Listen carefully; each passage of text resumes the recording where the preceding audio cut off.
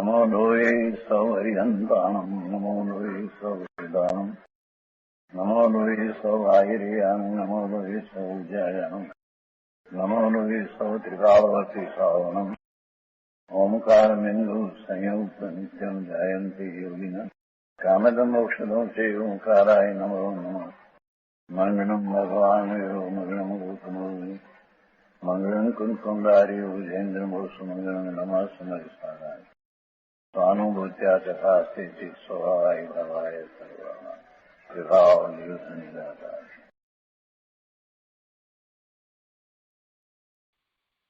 समयसार भगवान कुंकुंदाचार्य रचित समयसार तथा भगवान अमृतचंद्राचार्य रचित आत्मख्याति टीका तथा भगवान जयसेनाचार्य रचित तात्पर्यवृत्ति टीका એનો સ્વાધ્યાય આપણે કરી રહ્યા છીએ। એમાં સર્વશુદ્ધ જ્ઞાન અધિકારમાં ગાથા 320 એની ઉપર જયસેનાચાર્યની ટીકાના અર્થ આપણે સમજી રહ્યા છીએ। આ ટીકા ઘણી અદભુત છે। મોક્ષ માર્ગના પ્રયોજનભૂત વાત એમાં કરવામાં આવી છે। પારિણામિક ભાવની વાત કરવામાં આવી છે અને એ બધાનો વિસ્તાર પૂજ્ય ગુરુદેવ કાંજીસ્વામી બહુ સરસ રીતે કરી રહ્યા છે। એનો કેટલોક વિસ્તાર આપણે કર્યો છે, ગાથાનો કેટલોક ભાગ કર્યો છે, એટલે કે ગાથાની જયસેનાચાર્ય ભગવાનની ટીકાનો કેટલોક ભાગ કર્યો છે। અમૃતચંદ્રાચાર્ય ભગવાને આ ગાથા ઉપર કરેલ ટીકા અને પંડિત જયચંદજી છાબડાએ એના ઉપર લખેલ ભાવાર્થ અને એ બધા ઉપર પૂજ્ય ગુરુદેવ કાંજી સ્વામીએ જે પ્રવચનો આપ્યા એ બધું આપણે પહેલા કર્યું છે। એટલે ગાથાની વાતને આપણે બરાબર સમજ્યા છીએ, પણ અહીંયા જયસેનાચાર્ય ભગવાને એમની ટીકામાં જે વાત કરી છે એનો વિસ્તાર આપણે સમજી રહ્યા છીએ।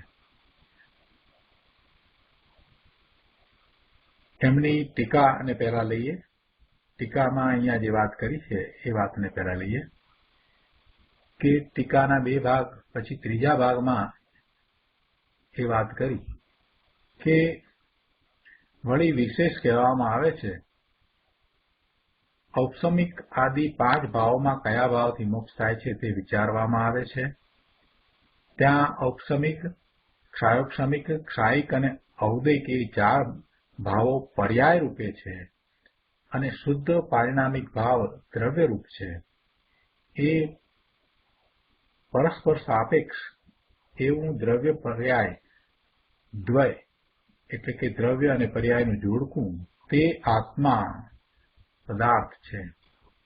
ત્યાં પ્રથમ તો જીવત્વ, ભવ્યત્વ અને અભવ્યત્વ એમ 3 પ્રકારના પારિણામિક ભાવોમાં શુદ્ધ જીવત્વ એવું જે શક્તિ લક્ષણ પારિણામિકપણું તે શુદ્ધ દ્રવ્યાર્થિક નય આશ્રિત હોવાથી નિરાવરણ અને શુદ્ધ પારિણામિક ભાવ એવી સંજ્ઞાવાળું જાણવું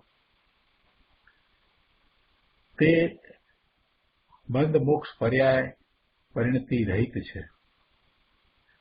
પરંતુ જે 10 પ્રાણરૂપ જીવત્વ અને ભવ્યત્વ અભવ્યત્વ દ્વય 10 પ્રાણરૂપ જીવત્વ અને ભવ્યત્વ અભવ્યત્વ દ્વય તે પર્યાર્થિક નય આશ્રિત હોવાથી અશુદ્ધ પારિણામિક ભાવ સંજ્ઞાવાળા છે।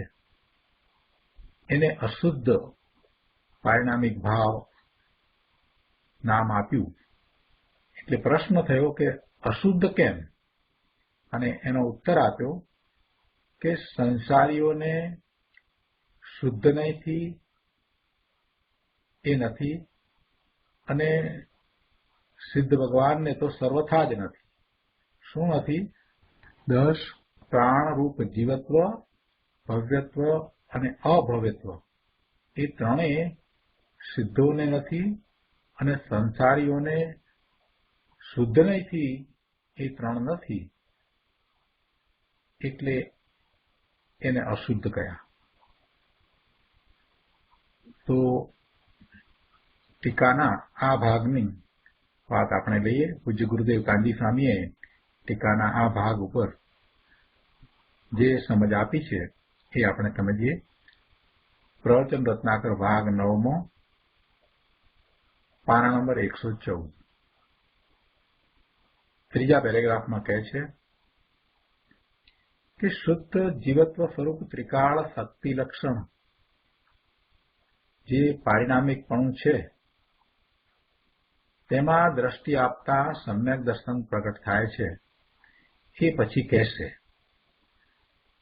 અહીં કહે છે કે વસ્તુનું સ્વરૂપ જે ત્રિકાળ શક્તિરૂપ સત છે, હોવાપણે છે, તે સતનું જે સત્વ છે તે ત્રિકાળ નિરાવરણ છે.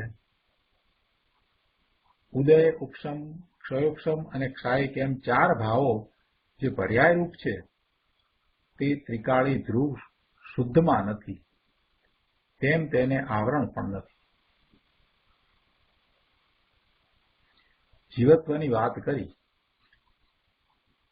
ગઈકાલના સ્વાધ્યાયમાં એ વાત આવી ગઈ કે જીવત્વ, ભવ્યત્વ અને અભવ્યત્વ એમ 3 પ્રકારના પારિણામિક ભાવ કયા, અને ત્યાં એ શુદ્ધ શબ્દ નથી વાપર્યો, એટલે કે એ 3 ભેદો પાડવા તે અશુદ્ધ પારિણામિક છે અને તે વ્યવહારનો વિષય છે. પરંતુ ત્યાં એ 3 પ્રકારના ભાવોમાં શુદ્ધ જીવત્વ એવું જે શક્તિ લક્ષણ પારિણામિક અંગ છે તે ધ્રુવ ત્રિકાળ છે. જીવત્વમાં શુદ્ધ જીવત્વ એવું જે શક્તિ લક્ષણ પારિણામિક ભાવ કયો, એમાં 3 પ્રકાર કયા? જીવત્વ, ભવ્યત્વ, અભવ્યત્વ. અને એમાં જીવત્વની વાત કરતા પછી એમ કહ્યું કે જે શુદ્ધ જીવત્વ કે જે શક્તિ લક્ષણ પારિણામિકપણું છે એ શુદ્ધ જીવત્વ એ ધ્રુવ છે, ત્રિકાળ છે. શુદ્ધ જીવત્વ એવું જે શક્તિ લક્ષણ પારિણામિકપણું તો ત્રણેયને કહ્યું, જીવત્વ, ભવ્યત્વ, અભવ્યત્વ ત્રણેયને કહ્યું. અને જીવત્વમાં પણ જે શુદ્ધ જીવત્વ કે જે શક્તિ લક્ષણ પારિણામિકપણું છે તે ધ્રુવ ત્રિકાળ છે. અને તે શુદ્ધ દ્રવ્યાર્થિક નય આશ્રિત હોવાથી એ નિરાવરણ છે અને શુદ્ધ પારિણામિક ભાવ એવી સંજ્ઞાવાળું જાણવું. એ વાત આપણે ગઈકાલે કરી હતી.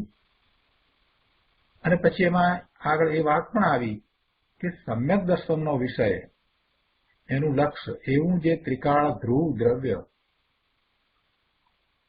કે જે પર્યાય વિનાનું છે, એમાં આ 4 પર્યાય નથી એવી એ ચીજ, તે શક્તિ લક્ષણ શુદ્ધ પારિણામિક ભાવ જાણવો. તે શુદ્ધ દ્રવ્યાર્થિક નયનો વિષય છે અને તે નિરાવરણ છે. પારિણામિક ભાવની વાત કરી છે. પારિણામિક ભાવના 3 પ્રકાર કયા? જીવત્વ, ભવ્યત્વ, અભવ્યત્વ. અને એમાં જીવત્વની વાત કરતા એમ કહ્યું કે જે શુદ્ધ જીવત્વ છે એ પારિણામિકપણું છે, તે ધ્રુવ છે અને એ 3 કાળે એવું ને એવું રહે છે. એ શુદ્ધ દ્રવ્યાર્થિક નય આશ્રિત હોવાથી એ શુદ્ધ પારિણામિક ભાવ એવી સંજ્ઞાવાળું છે, એટલે કે એને શુદ્ધ પારિણામિક ભાવ કહ્યું છે. એ શુદ્ધ દ્રવ્યાર્થિક નયનો વિષય એ શુદ્ધ પારિણામિક ભાવ છે. અને પછી એમ પણ કહ્યું કે એમાં કોઈ પર્યાય નથી, એટલે પેલા જે 4 પર્યાય કયા એ પર્યાય એમાં નથી. શુદ્ધ દ્રવ્યાર્થિક નયનો વિષય છે અને તે નિરાવરણ છે. એ ભવ્ય હો કે અભવ્ય હો, તેમાં જે ત્રિકાળ શક્તિરૂપ શુદ્ધ જીવત્વ છે તે શુદ્ધ પારિણામિક ભાવ છે. ભવ્ય હો કે અભવ્ય હો, તેમાં જે ત્રિકાળ 3 કાળ શક્તિરૂપ શુદ્ધ જીવત્વ છે તે શુદ્ધ પારિણામિક ભાવ છે અને તે શુદ્ધ દ્રવ્યાર્થિક નયનો વિષય હોવાથી નિરાવરણ છે અને એમાં 4 પર્યાય નથી. પર્યાય નથી એટલે આવરણ પણ નથી. આવરણ તો પર્યાયમાં હોય ને. એટલે જે શુદ્ધ ચૈતન્યના પ્રવાહ રૂપ, ચૈતન્ય ચૈતન્ય ચૈતન્ય એવા પ્રવાહ રૂપ એવા ધ્રુવ પ્રવાહ રૂપ શુદ્ધ જીવત્વ છે તે નિરાવરણ શુદ્ધ પારિણામિક ભાવ છે અને તે બંધ મોક્ષના પરિણામ વિનાનું છે. એને બંધ મોક્ષના પરિણામ નથી. અને એના પછી હવે એમ કે છે અહીંયા કે શુદ્ધ જીવત્વ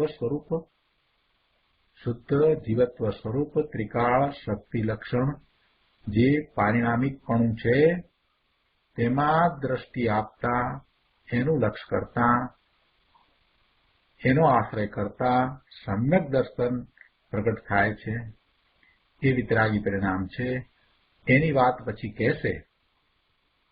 પણ અહીંયા તો વસ્તુનું જે સ્વરૂપ છે એની વાત કરી છે. એટલે કહે છે કે વસ્તુનું સ્વરૂપ જે ત્રણેય કાળ શક્તિરૂપ છે, જે હોવા પણ છે, સત છે, શક્તિ રૂપે ત્રણેય કાળે અંદરમાં વસ્તુનું સ્વરૂપ એવું ને એવું જે રહ્યું છે એની વાત કરે છે કે એ સતનું સત્વ છે, એ હોવાપણું છે, એનું સત્વ છે, તે ત્રિકાળ નિરાવરણ છે, એને કોઈ આવરણ નથી. કર્મના આવરણ એને નથી. વસ્તુનું સ્વરૂપ એટલે આત્માનું સ્વરૂપ જે ત્રણેય કાળે શક્તિરૂપે અંદર પડ્યું છે, એ હોવાપણે છે, સત છે, એને ક્યારેય આવરણ હતા નહીં અને ક્યારેય આવરણ હોય નહીં. વર્તમાનમાં પણ એને આવરણ નથી. એટલે ત્રિકાળ એ નિરાવરણ છે, એને કર્મના આવરણ નથી.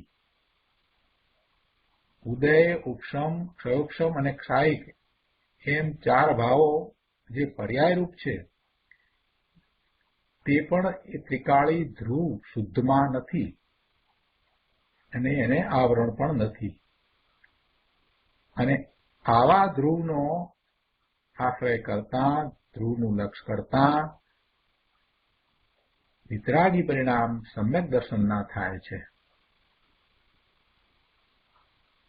પરમ પારિણામિક ભાવની વાત કરી અને પરમ પારિણામિક ભાવને હવે વિસ્તાર કરીને સમજાવે છે ત્યારે જીવત્વ, ભવ્યત્વ અને અભવ્યત્વ એમ ત્રણ પ્રકાર પાડ્યા.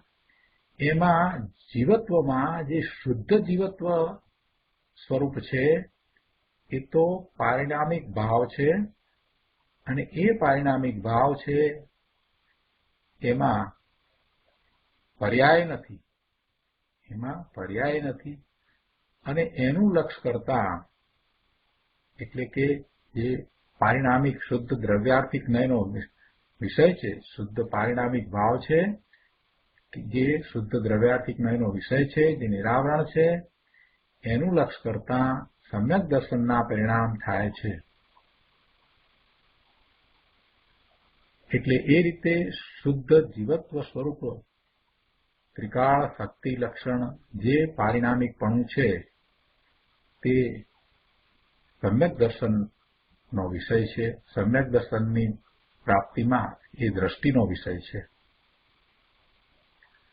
અજ્ઞાની માને છે કે કસાય મંદ કરીએ, વ્રત નિયમોની ક્રિયા કરીએ તે સાધન અને તેનાથી સાધ્ય થશે, પરંતુ એમ નથી. કસાયની મંદતા એટલે શુભભાવ, અને શુભભાવ એ કાંઈ સાધન નથી કે જેના દ્વારા સિદ્ધિ થાય. કસાય તીવ્ર હો કે મંદ એ ઔદૈક ભાવ છે. કસાય એ ઔદૈક ભાવ છે.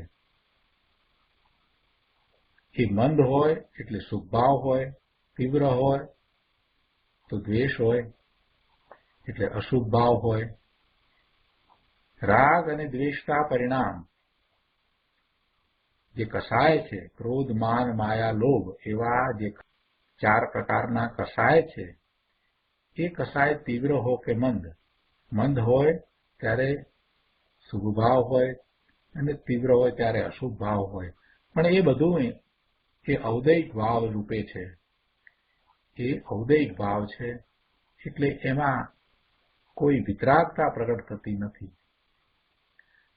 એ મલિન વિકારી પરિણામ છે અને એ બંધનું કારણ છે, સંસારના ભ્રમણનું કારણ છે. એ મોક્ષનું કારણ નથી.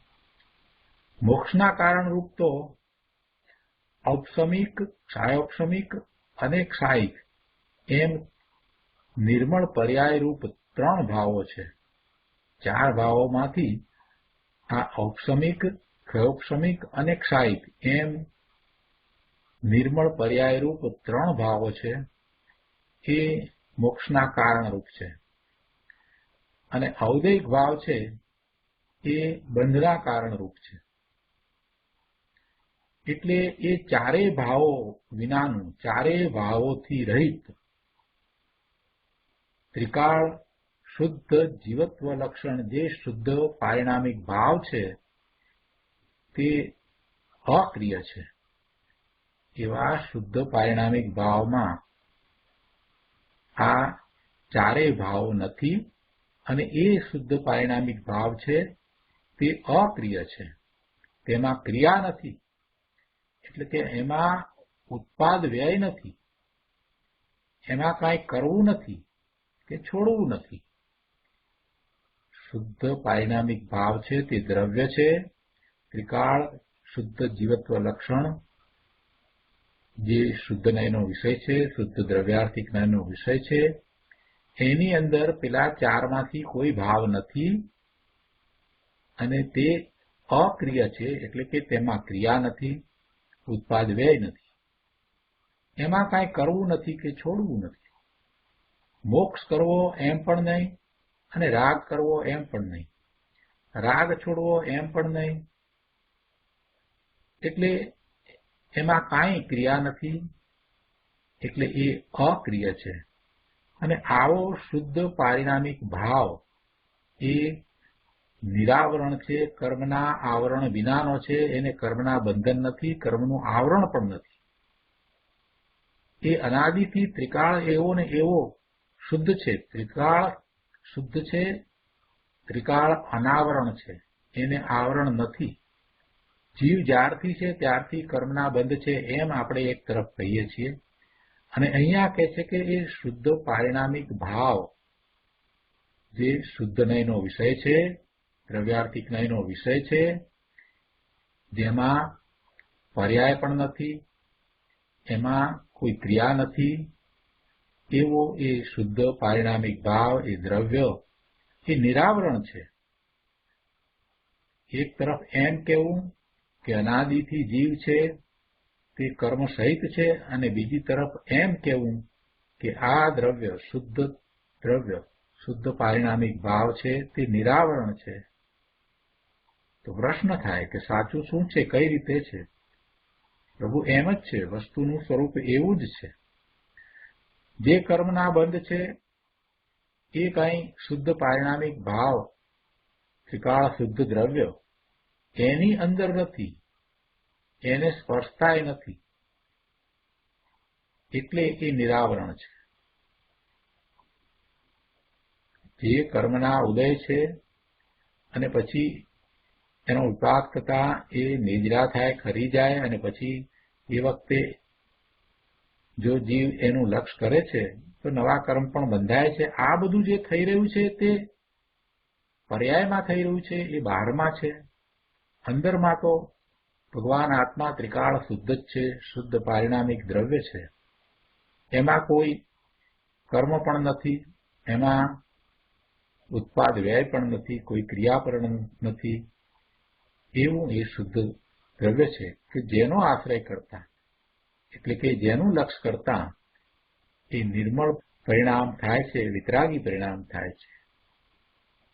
એટલે કહે છે કે આવો શુદ્ધ પારિણામિક ભાવ નિરાવરણ છે અને તેનો આશ્રય લેતા સમ્યક દર્શન આદિ ધર્મ પ્રગટ થાય છે. એવા ધર્મના પરિણામ થાય છે, વિતરાગી પરિણામ થાય છે.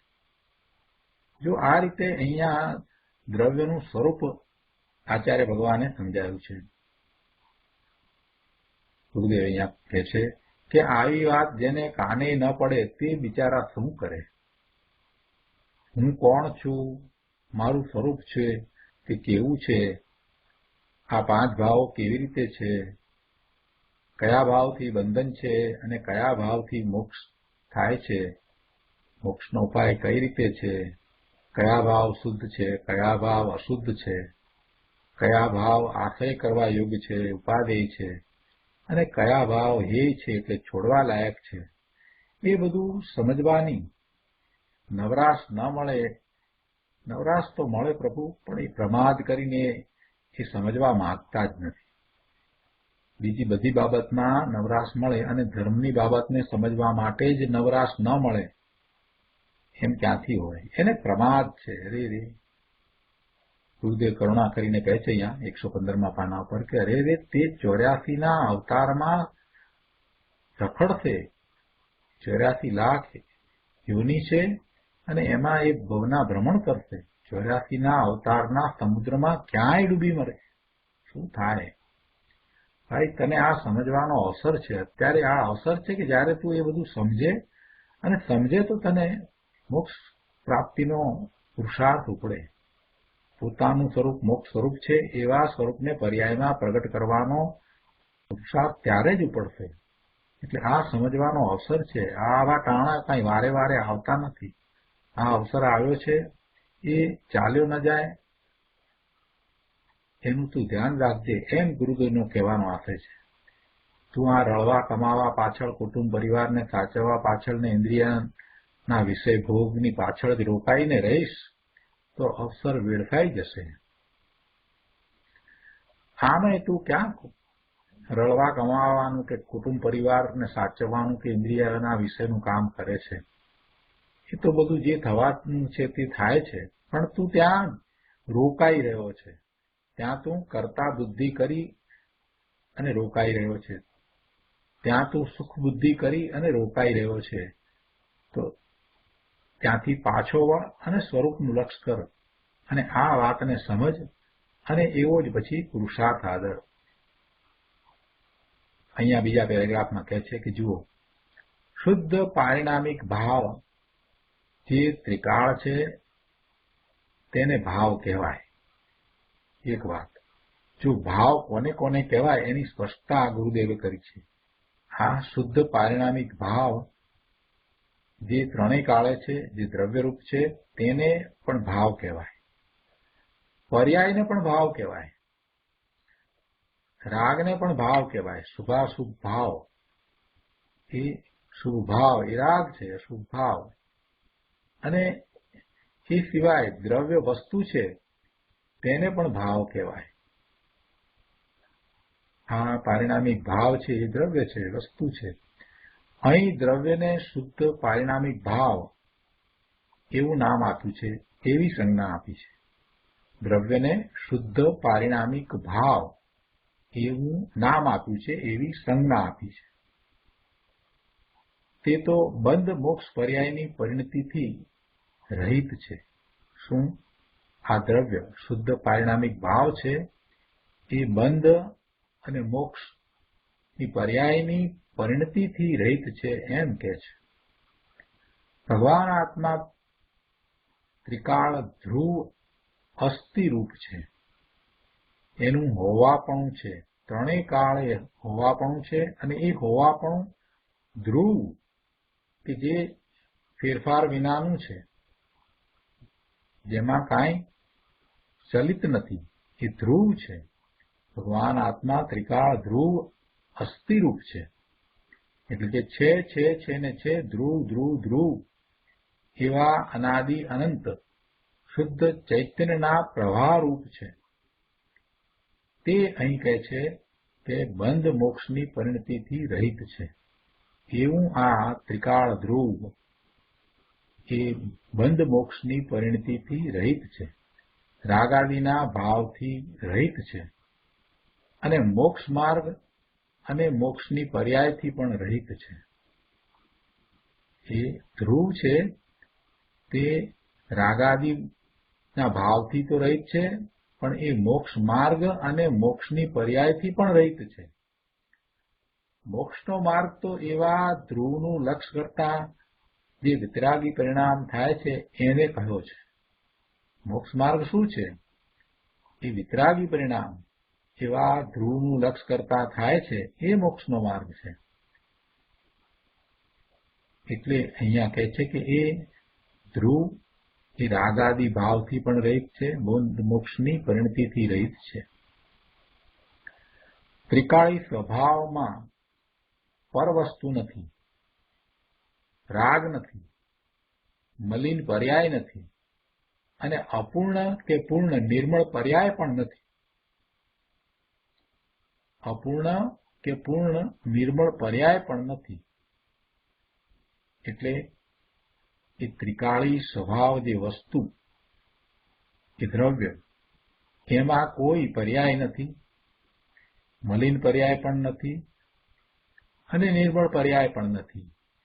આવી પોતાની ચીજનો જેને અંદર દ્રષ્ટિમાં સ્વીકાર થયો છે, પહેલા તો એને આવો સ્વીકાર તર્ક દ્વારા થવો જરૂરી છે કે આવી પોતાની ચીજ છે જેમાં નિર્મળ પર્યાય પણ નથી, બંધની પર્યાય તો નથી, વિકારી ભાવ તો નથી, પણ નિર્મળ પર્યાય પણ નથી. એવું માત્ર ધ્રુવ, એવું દ્રવ્ય જે પલટતું નથી, જે કાયમ એવું ને એવું શુદ્ધ રહે છે, તે એ ચીજ પોતાની છે એવો પહેલા તો તર્ક દ્વારા સ્વીકાર થવો જોઈએ, દ્રવ્યકૃતના અભ્યાસ દ્વારા સ્વીકાર થવો જોઈએ અને પાકો નિર્ધાર થાય કે પોતે એવો છે તો પછી એનું લક્ષ થાય. એટલે આવી પોતાની ચીજનો જેને અંદર દ્રષ્ટિમાં સ્વીકાર થયો છે તેને જ શુદ્ધ આત્માના અતિન્દ્રિય આનંદનો સ્વાદ આવે છે. અંદર દ્રષ્ટિમાં સ્વીકાર થયો છે એટલે કે એનું એ લક્ષ કરે છે, એના જ્ઞાન દર્શનના ઉપયોગ તે તરફ ઢળે છે અને એમ એનો સ્વીકાર થાય છે ત્યારે જે અનુભવમાં આવે છે તે અતિન્દ્રિય આનંદનું વેદન છે. બાકી તો બધું થોતે થોથા છે. આ સમ્યક દર્શન પ્રગટ કરવાની રીત કહી અને આ જ રીતે સ્વરૂપને વિશે અતિન્દ્રિય આનંદનો અનુભવ થતો રહે અને ત્યાં લીનતા કરતો રહે એવો એનો પૂરતાથી પુરુષાર્થ ઉપડે છે. અને પછી એવો પુરુષાર્થ ઉપડ્યો છે એટલે બાહ્યમાં પછી એવું જ ચારિત્ર હોય છે અને એ જ રીતે પોતાના સ્વરૂપમાં લીનતાથી આગળ વધીને જ્યારે એ સ્થિરતા કરે છે એટલે શ્રેણી ચડી જાય છે ત્યારે એને કેવળ જ્ઞાન થાય છે. આવો આખો મોક્ષનો માર્ગ છે. આ રીતે વિતરાગી પરિણામ થયા કરે છે અને પોતે પોતાના મુક્ત સ્વરૂપને પર્યાયમાં પ્રગટ કરે છે. એટલે આખો માર્ગ એક જ રીતે છે, આખો પુરુષાર્થ એક જ રીતે છે. પોતાના શુદ્ધ સ્વરૂપમાં લીનતાથી આગળ વધી અને સ્થિરતા કરવા રૂપ છે. ગુરુદેવ અહીંયા આગળ કહે છે કે ભાઈ જન્મ મરણના અંતનો ઉપાય આ એક જ છે. દુનિયા માને કે ન માને, દુનિયા ગમે તે કહે, સત્ય તો આ જ છે. આત્મા શુદ્ધ ચૈતન્ય મહાપ્રભુ બંધ મોક્ષની પર્યાયથી રહિત વસ્તુ છે. તે ત્રિકાળ શુદ્ધ છે અને તે એકના આશ્રયે ધર્મરૂપ નિર્મળ પરિણતિ પ્રગટ થાય છે. હવે વિશેષ કહે છે જે જયસેન આચાર્ય ભગવાને ટીકામાં કહ્યું છે કે પરંતુ જે 10 પ્રાણરૂપ જીવત્વ અને ભવ્યત્વ અભવ્યત્વ દ્વય તે પર્યાર્થિક નય આશ્રિત હોવાથી અશુદ્ધ પારિણામિક ભાવ સંજ્ઞાવાળા છે. પહેલા દ્રવ્યાર્થિક નય આશ્રિત શુદ્ધ પારિણામિક ભાવ સંજ્ઞાવાળા જે હતા એવા શુદ્ધ જીવત્વની વાત કરી. એ શુદ્ધ જીવત્વ લક્ષણરૂપ પારિણામિકપણું એની વાત કરી અને હવે બીજી વાત કરી છે. હવે શું કહે છે કે જે 10 પ્રાણરૂપ જીવત્વ, પેલું શુદ્ધ જીવત્વ હતું, આ 10 પ્રાણરૂપ જીવત્વ. 10 પ્રાણ આપણે કહીએ છીએ ને, મન, વચન, કાયા અને 5 ઇન્દ્રિયો શ્વાસ અને આયુષ્ય એમ 10 પ્રાણ છે. એ 10 પ્રાણ છે એ જીવત્વ છે એમ આપણે જે કહીએ છીએ એની અહીંયા હવે વાત લીધી છે કે એવા 10 પ્રાણરૂપ જીવત્વ અને ભવ્યત્વ અભવ્યત્વ એ પર્યાયથી નય આશ્રિત છે. પર્યાર્થિક નય આશ્રિત છે એટલે કે પર્યાય નયની મુખ્યતાથી એને એ 10 પ્રાણને એવા 10 પ્રાણરૂપ જીવત્વ કહ્યું છે. અને ભવ્યત્વ અભવ્યત્વ એ પણ પર્યાર્થિક નય આશ્રિત છે એટલે પર્યાર્થિક નયથી એ ભવ્યત્વ અભવ્યત્વ છે. એ બધું પર્યાયમાં છે. એ બધું પર્યાયમાં છે. એ પર્યાય રૂપ છે. એ બહારમાં છે. એ અંદરમાં નથી. એટલે એને અશુદ્ધ પારિણામિક ભાવ કહેવામાં આવ્યો. 10 પ્રાણરૂપ જીવત્વ, ભવ્યત્વ અને અભવ્યત્વ એ પર્યાર્થિક નય આશ્રિત હોવાથી અશુદ્ધ પારિણામિક ભાવ સંજ્ઞાવાળા છે. 116માં પાના ઉપર કહે છે આગળ કે અરે ભાઈ, તને તારા કાયમી ત્રિકાળી જીવનની ખબર ન મળે તો તું સાચું જીવન કેવી રીતે જીવીશ? અહીંયા જીવત્વની વાત કરીને એટલે એના ઉપરથી ગુરુદેવ સમજાવે છે કે ભાઈ જીવત્વ કયું, પણ તારું જીવત્વ કયા પ્રકારે છે? તને તારું કાયમી જીવત્વ, તને તારું કાયમી ત્રિકાળ જીવન એ શું છે એની જો તને ખબર નથી તો તું તારું જીવન કેવી રીતે જીવીશ? આ આહાર, પાણી ને શરીર આદિ એ જળ છે, એનાથી જીવવાનું એ સાચું જીવન નથી. એનાથી તું જીવે એમ માનતો હોય તો એ સાચું જીવન નથી. એ તો જળ છે, એનાથી તારું જીવન નથી. એના વિના તારું જીવન છે. આ શરીર ને આહાર ને પાણી ને ખોરાક ને આ બધી વાત કરીએ છીએ કે કપડા ને લત્તા ને બધું જે છે એ કઈ તારું સાચું જીવન નથી. એનાથી તું તારું જીવન માનતો હોય તો એ તારો ભ્રમ છે. શરીર પોતે જ જળ છે, એ મૃતક કલેવર છે. તો એવા જળથી તું કેવી રીતે જીવે? એ જળ વડે તારું જીવન નથી. અહીંયા તો પેલા 10 પ્રાણની વાત કરવી છે ને, કે જે 10 પ્રાણ છે એ કઈ તારું સાચું જીવન નથી. મન, વચન અને કાયા અને 5 ઇન્દ્રિયો, શ્વાસ અને આયુષ્ય આ બધું કર્મજનિત છે. એ કઈ તારું સાચું જીવન નથી. શરીર જ જળ છે, એને તો મૃતક કલેવર કહ્યું છે. તો એના વડે કરીને તારું જીવન ક્યાંથી હોય? એનાથી તું કેવી રીતે જીવે? પોતાના શુદ્ધ ચૈતન્ય પ્રાણો વડે તું જીવે છે. શુદ્ધ ચૈતન્ય પ્રાણ છે એ જ તારું ત્રિકાળ જીવન છે એમ અહીંયા કહેવું છે. એટલે ગુરુદેવ કહે છે કરુણા કરીને કે ભાઈ, પોતાના શુદ્ધ ચૈતન્ય પ્રાણો વડે ત્રિકાળ જીવે અને શુદ્ધ ચૈતન્ય સ્વભાવના આશ્રયે મોક્ષ એટલે સિદ્ધ પદને સાધીને સ આદિ અનંત પૂર્ણ આનંદમય જીવન જીવે તે જ જીવનું સાચું જીવન છે. શું જીવન છે? જીવનું સાચું જીવન શું છે? આ સંસારી પર્યાય રૂપ જે અવસ્થાઓ છે એ કઈ શરીર, એ કઈ જીવનું સાચું જીવન નથી. શરીર સહિત છે એ કઈ એનું જીવન નથી. પરંતુ પોતાના ચૈતન્ય પ્રાણ વડે ચૈતન્ય સ્વભાવના આશ્રયે જે પ્રાપ્ત કરે છે તે સિદ્ધપદ, જે સ આદિ અનંત છે, એ પૂર્ણ આનંદમય છે, એ શાશ્વત છે, એ જ એનું સાચું જીવન છે.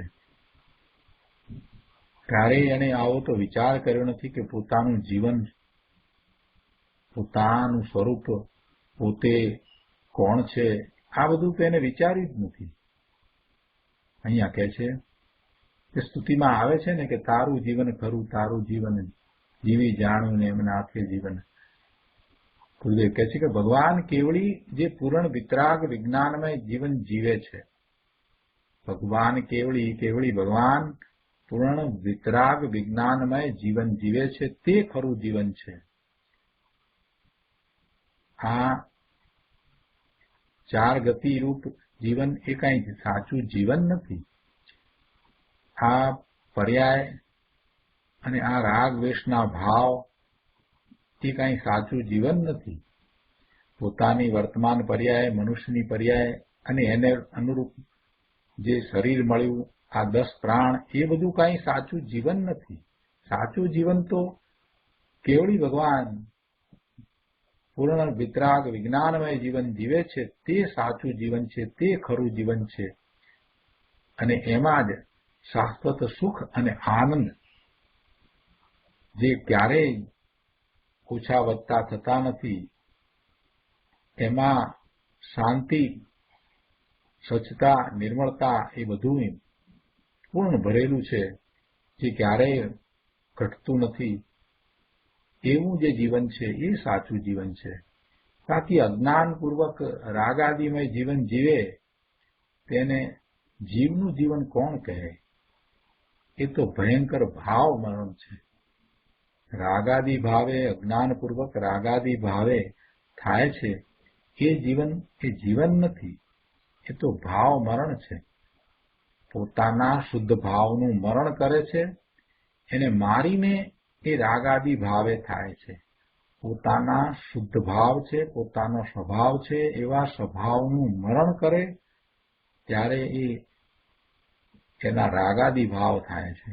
એટલે રાગાદિ ભાવમય જીવન છે એ તો પોતાનું ભાવ મરણ છે, એ કાંઈ જીવન નથી. કૃપાળુદેવે કહ્યું છે ને, ક્ષણ ક્ષણ ભયંકર ભાવ મરણે કાં અરે રાચી રહો. ગુરુદેવ કરુણા કરીને કહે છે કે બાપુ, રાગથી ધર્મ માને, સુભાવથી ધર્મ માને, અર્થાત રાગને જીવન માને, તેને તો સાચું જીવન જીવતા જ નથી આવડતું. તેને તો નિરંતર ભાવ મરણ જ થયા કરે છે. બહુ સરસ વાત કરી છે, બહુ ગંભીરતાથી લેવા જેવી વાત કરી છે. આપણે તો ક્યારેય એવો વિચાર જ નથી કર્યો કે આ જીવન છે એ સાચું જીવન નથી. સાચું જીવન તો સિદ્ધને હોય, એવો તો ક્યારેય વિકલ્પ પણ આવ્યો નથી. આ નાના પ્રકારના જે સુખાભાસ છે એમાં ને એમાં આ જીવ અનાદિનો રાચી રહ્યો છે, એમાં ને એમાં એ રખડ્યા કરે છે. વિભાવ ભાવે ને વિભાવ ભાવે રહી અને એ ભવના ભ્રમણ કરે છે. પણ પોતે કોણ છે, પોતાનું જીવન કેવું હોય એનો તો એને વિચાર જ નથી કર્યો. બહુ સરસ વાત ગુરુદેવે આજે આપી છે. ગંભીરતાથી લેવા જેવું છે કે જીવન કોને કહેવાય, સાચું જીવન શું છે? આ જીવ દ્રવ્ય છે એ ચેતન છે, એ કઈ જળ નથી. અને એ ચેતન છે, એ જ્ઞાન સ્વભાવી છે, એ અનુભવે છે, એ પોતાને અનુભવે છે, પોતાના સ્વભાવને અનુભવે છે, પોતાના અનંત ગુણના પરિણમને અનુભવે છે. એવું એ જીવ દ્રવ્ય છે. તો એને શાશ્વત સુખ, અવ્યાવાદ સુખ, આનંદ, શાંતિ એ બધાનો અનુભવ થાય છે. અને એવા અનુભવે એ હંમેશને માટે રહી શકે એવું જીવન એ પ્રાપ્ત કરી શકે એવો છે. પણ એનો તો એને વિચાર જ નથી કર્યો. અહીંયા કહે છે કે જે 10 પ્રાણરૂપ જીવત્વ, 10 પ્રાણરૂપ જીવત્વ કહ્યું તે એની વાત કરે છે કે એ કેવું છે. 10 પ્રાણરૂપ જીવત્વ છે એ તો પર્યાયમાં છે, એ તો જડ છે. 10 પ્રાણ છે એ તો જડ છે, એ તો ક્ષણિક છે. એટલે કહે છે કે જે 10 પ્રાણરૂપ જીવત્વ અને ભવ્યત્વ, અભવ્યત્વ તે પર્યાર્થિક નયને આશ્રિત છે. આ જોડકું ભવ્યત્વ અને અભવ્યત્વ, એ જોડકું, એ ભવ્યત્વ અભવ્યત્વ દ્વય એટલે એનું જોડકું. એ અને પેલા 10 પ્રાણ એ પર્યાર્થિક નયને આશ્રિત છે અને તેથી તે અશુદ્ધ પારિણામિક ભાવ સંજ્ઞાવાળા છે. ગુરુદેવ કહે છે કે આ તો એટલું માખણ મૂક્યું છે. કહે છે કે 10 પ્રાણરૂપ જીવત્વ અને ભવ્યત્વ અભવ્યત્વ દ્વય એ 3 અવસ્થા દ્રષ્ટિએ, પર્યાય દ્રષ્ટિએ વ્યવહાર નૈતિક કહેવામાં આવ્યા છે. 10 પ્રાણરૂપ જીવત્વ છે તે અશુદ્ધ પ્રાણ છે. જળ પ્રાણોથી જીવ જીવે છે એ તો વાત નહીં, પણ અહીં તો કહે છે કે 5 ઇન્દ્રિયો એટલે ભાવેન્દ્રિયો, મન વચન કાયા આયુષ્ય અને શ્વાસ એટલે અંદર જીવની યોગતારૂપ એ બધું છે, એ એવા 10 પ્રાણરૂપ જે અશુદ્ધ જીવત્વ તેનાથી જીવ જીવે છે એમ જે કહ્યું તે વ્યવહાર નહીંથી કહ્યું છે, અને તે અશુદ્ધ પારિણામિક ભાવ છે. વળી ભવ્યત્વ અભવ્યત્વ દ્વય એ પણ પર્યાર્થિક નય આશ્રિત હોવાને કારણે અશુદ્ધ પારિણામિક ભાવ છે.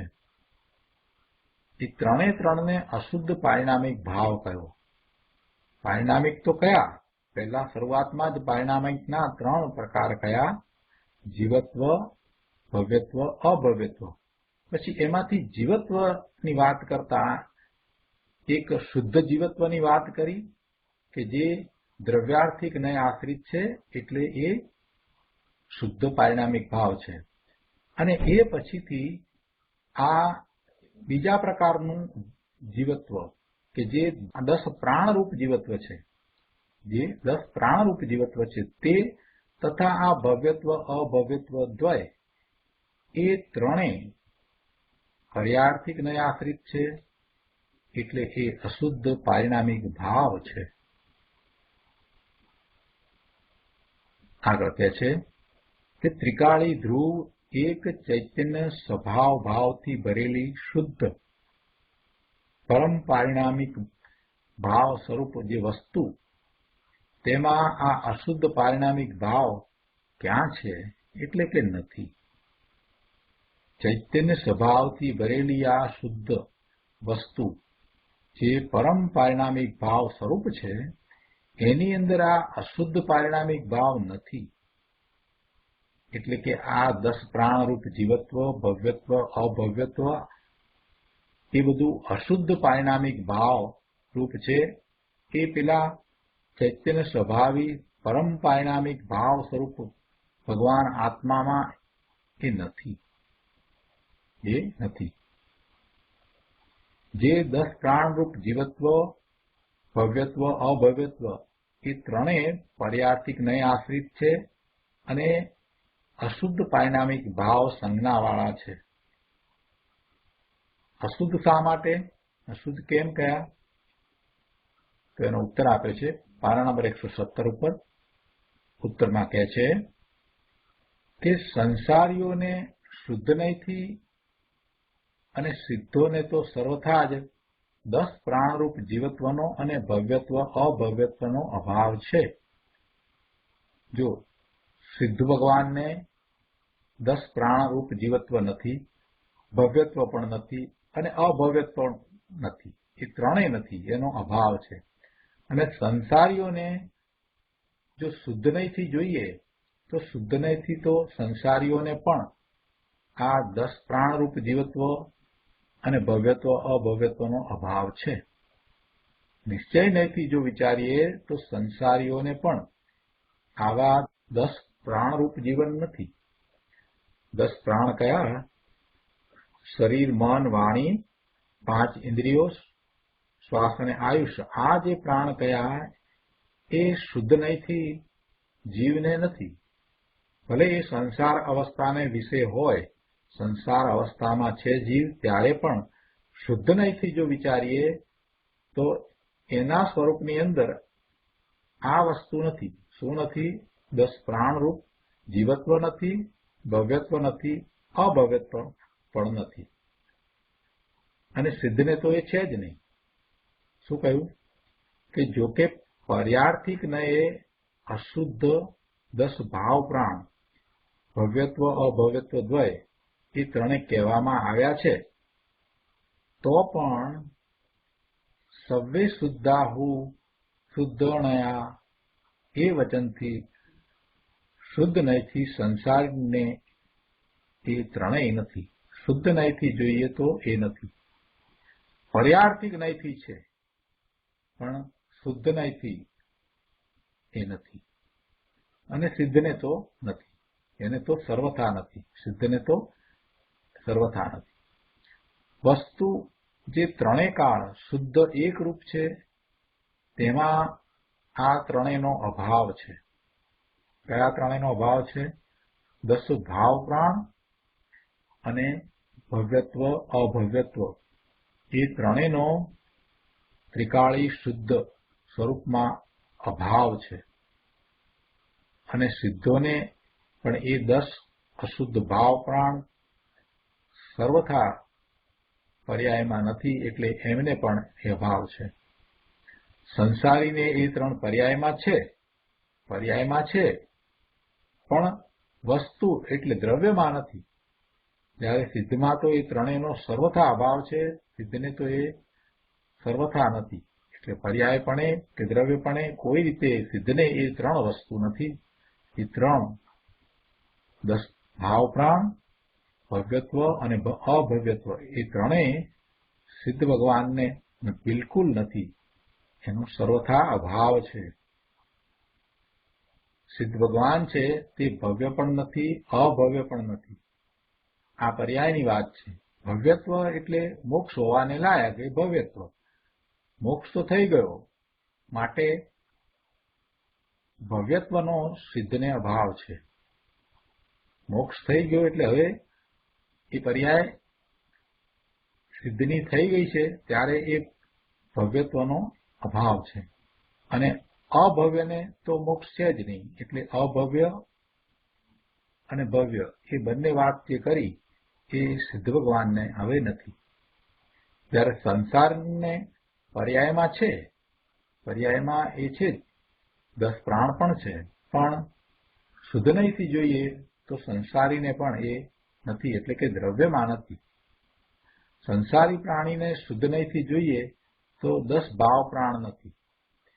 5 ભાવેન્દ્રિયો મન વચન કાયાના નિમિત્તે કંપન દશા, શરીરમાં રહેવાની યોગ્યતારૂપ આયુષ્ય અને શ્વાસોશ્વાસ થવાની પર્યાયની યોગ્યતા, એમ 10 અશુદ્ધ ભાવ પ્રાણ બધા સંસારી જીવોને પર્યાયમાં છે પણ શુદ્ધ નહીંથી નથી. અને સિદ્ધોને તો સર્વથા 10 પ્રાણરૂપ જીવત્વ નથી. તેમજ ભવ્યત્વ અભવ્યત્વનો પણ સિદ્ધ ભગવાનને અભાવ છે. કેમ કે જ્યાં સાક્ષાત મોક્ષ દશા છે ત્યાં પછી મોક્ષ થવાની લાયકાત કે ભવ્યત્વ એ ક્યાં રહ્યું? અને અભવીને તો મોક્ષ છે જ ક્યાં? એટલે અભવ્યત્વ છે એ પણ નથી. આ પ્રમાણે ભવ્યત્વ અભવ્યત્વ ને પણ ભેદરૂપ વ્યવહાર ગણીને અશુદ્ધ પારિણામિક ભાવ કયા. પારિણામિક ભાવમાં પહેલા 3 વસ્તુ કઈ? જીવત્વ, ભવ્યત્વ, અભવ્યત્વ, અને પછી એનો વિસ્તાર કરીને સમજાયું તો એમાં જીવત્વ, જે શુદ્ધ જીવત્વ છે એને શુદ્ધ પારિણામિક ભાવ કયો. અને પછી આ 10 ભાવ પ્રાણરૂપ જીવત્વ તથા ભવ્યત્વ અભવ્યત્વને અશુદ્ધ પારિણામિક ભાવ કયા. હું ધારું છું કે આટલે સુધી બધાને બરાબર બધું સ્પષ્ટ થયું હશે. આગળ અહીંયા ગુરુદેવ કહે છે કે આત્માનો સાચો પ્રાણ અને એનું સાચું જીવન તો શુદ્ધ ચેતના છે. એને 10 પ્રાણ કયા એ તો વ્યવહારથી છે, પણ તે કઈ આત્માનું પરમાર્થ જીવન નથી. એટલે જીવનું એ કઈ જીવત્વ નથી. જીવ દ્રવ્ય આત્મા, ભગવાન આત્મા, એને એવા 10 પ્રાણની જરૂર નથી. સિદ્ધ ભગવાન એવા કોઈ 10 પ્રાણ હોતા નથી. તેના વગર પણ આત્મા જીવી શકે છે. ગુરુદેવ કહે છે, જુઓ, સિદ્ધને સંસાર દશામાં 10 પ્રાણ હતા, પણ હવે જયારે એ સિદ્ધ થયા છે તો હવે એ એમને બિલકુલ નથી, સર્વથા જ નથી. દ્રવ્ય ગુણમાં તો પહેલેથી જ ન હતા. સંસાર અવસ્થા વખતે પણ એ 10 પ્રાણ સિદ્ધને દ્રવ્યમાં ગુણમાં ન હતા, પણ પર્યાયમાં હતા. અને હવે સિદ્ધ દશા થઈ છે, સિદ્ધની પર્યાય થઈ છે, એટલે હવે એ 10 પ્રાણ છે એ પર્યાયમાં પણ નથી, એટલે એ સર્વથા એનો અભાવ છે. ભગવાન સર્વજ્ઞ દેવે કહેલું તત્વ પરમ અલૌકિક છે ભાઈ. દ્રવ્ય પર્યાયનું અને 5 ભાવોનું સ્વરૂપ સમજાવીને મોક્ષનો ઉપાય અને મોક્ષ કેમ સધાય તે આચાર્ય દેવે બતાવ્યું છે. આ 5 ભાવ દ્વારા વસ્તુનું સ્વરૂપ સમજાયું છે એટલું જ નહીં, પણ એ દ્વારા મોક્ષની પ્રાપ્તિ, મોક્ષ કેમ સધાય, મોક્ષનો ઉપાય એ પણ આચાર્ય દેવે બતાવ્યું છે. પોતે મોક્ષ સ્વરૂપ છે, મુક્ત સ્વરૂપ છે, પણ વર્તમાન પર્યાયમાં મલિનતા પડી છે, તો એવી મલિનતાને કાઢીને, એવી મલિનતાને દૂર કરીને પોતાના પરમ શુદ્ધ તત્વને, મુક્ત સ્વરૂપને કેવી રીતે પ્રાપ્ત કરાય એનો માર્ગ આચાર્ય ભગવાને આ પારિણામિક ભાવ, પરમ પારિણામિક ભાવ, શુદ્ધ અને અશુદ્ધ પારિણામિક ભાવ એ બધાની સમજ દ્વારા આપણને આપ્યો છે. એ બધું સમજાવ્યું છે. હવે કહે છે તે 3માં ભવ્યત્વ લક્ષણ પારિણામિકને તો યથાસંભવ સમ્યક્ત્વ આદિ જીવ ગુણોનું ઘાતક, દેશઘાતી અને સર્વઘાતી એવા નામવાળું મોહ આદિ કર્મ સામાન્ય પર્યાર્થિક નયે ઢાંકે છે એમ જાણવું.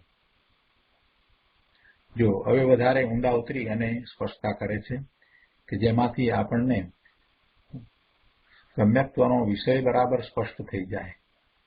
સંકિત પ્રાપ્ત કરવું છે તો એનો વિષય શું છે એની સ્પષ્ટતા થાય છે.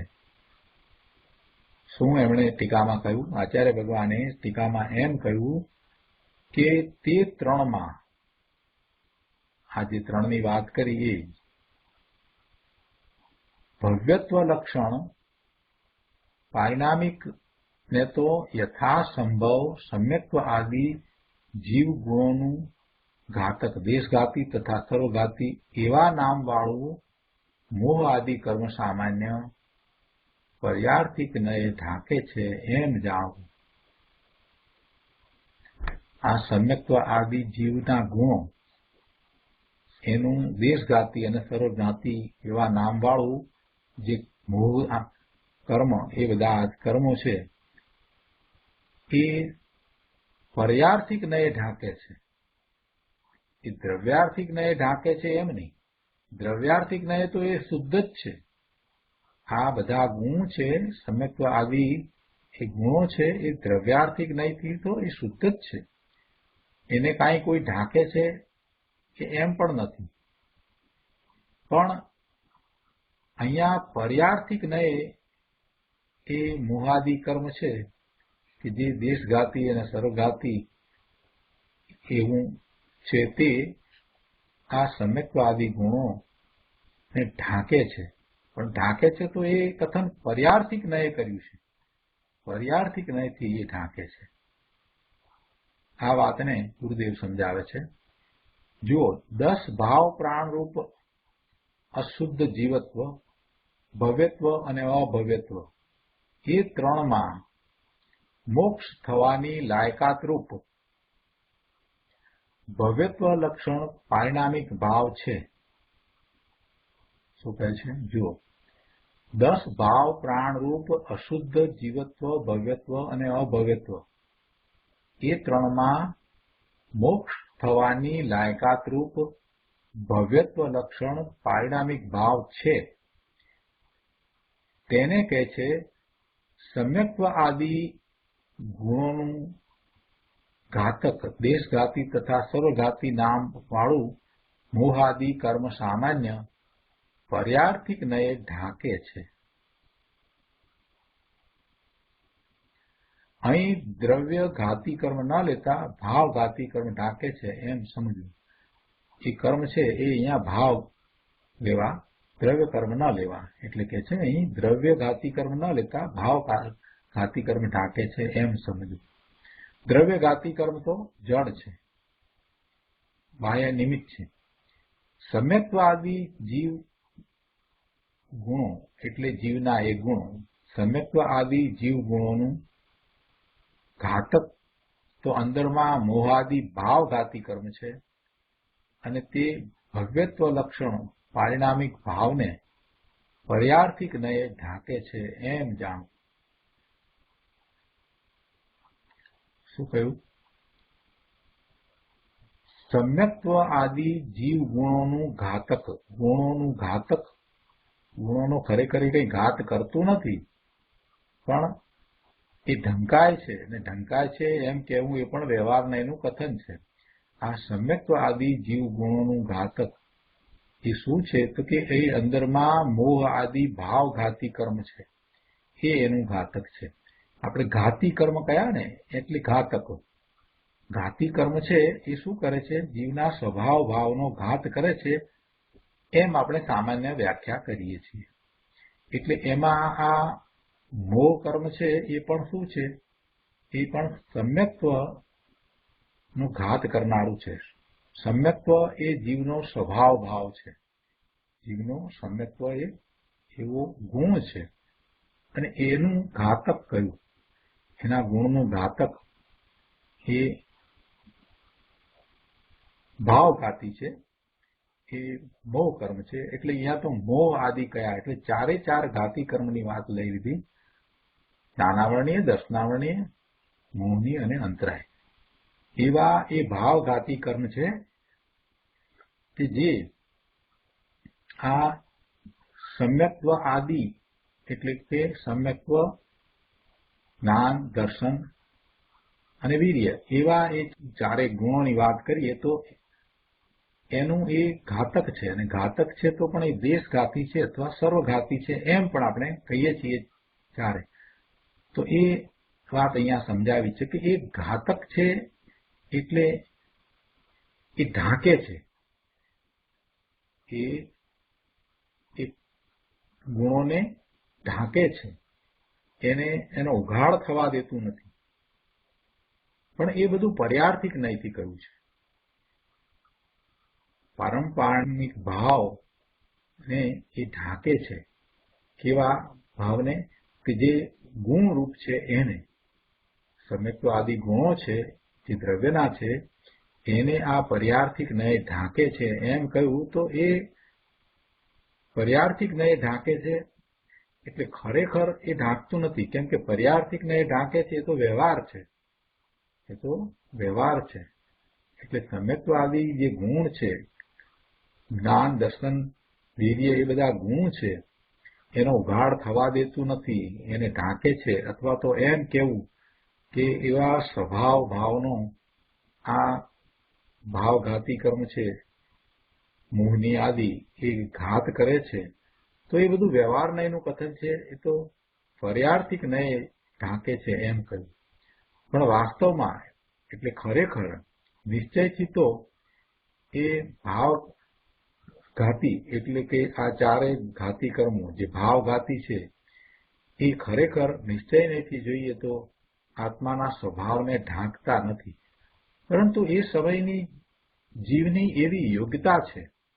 એ સમયે જીવની એવી યોગ્યતા છે એટલે એમ કહેવાય. એ વખતે કેવી યોગ્યતા છે કે એના એ ગુણોનો ઉઘાડ થતો નથી, એવી એ જીવની એ સમયની યોગ્યતા છે. તો આજનો સ્વાધ્યાય અહીંયા સુધી રાખીએ છીએ અને આ નો વિસ્તાર હજી વધારે આવતી વખતે લઈશું. દેશઘાતી, સર્વઘાતી નામવાળું મોહાદિ કર્મ એ પર્યાર્થિક નય ઢાંકે છે એનો વિસ્તાર આપણે વધારે આવતી વખતે લઈશું. આજનો સ્વાધ્યાય અહીંયા સુધી રાખીએ છીએ. હવે સુખધામ બોલીએ.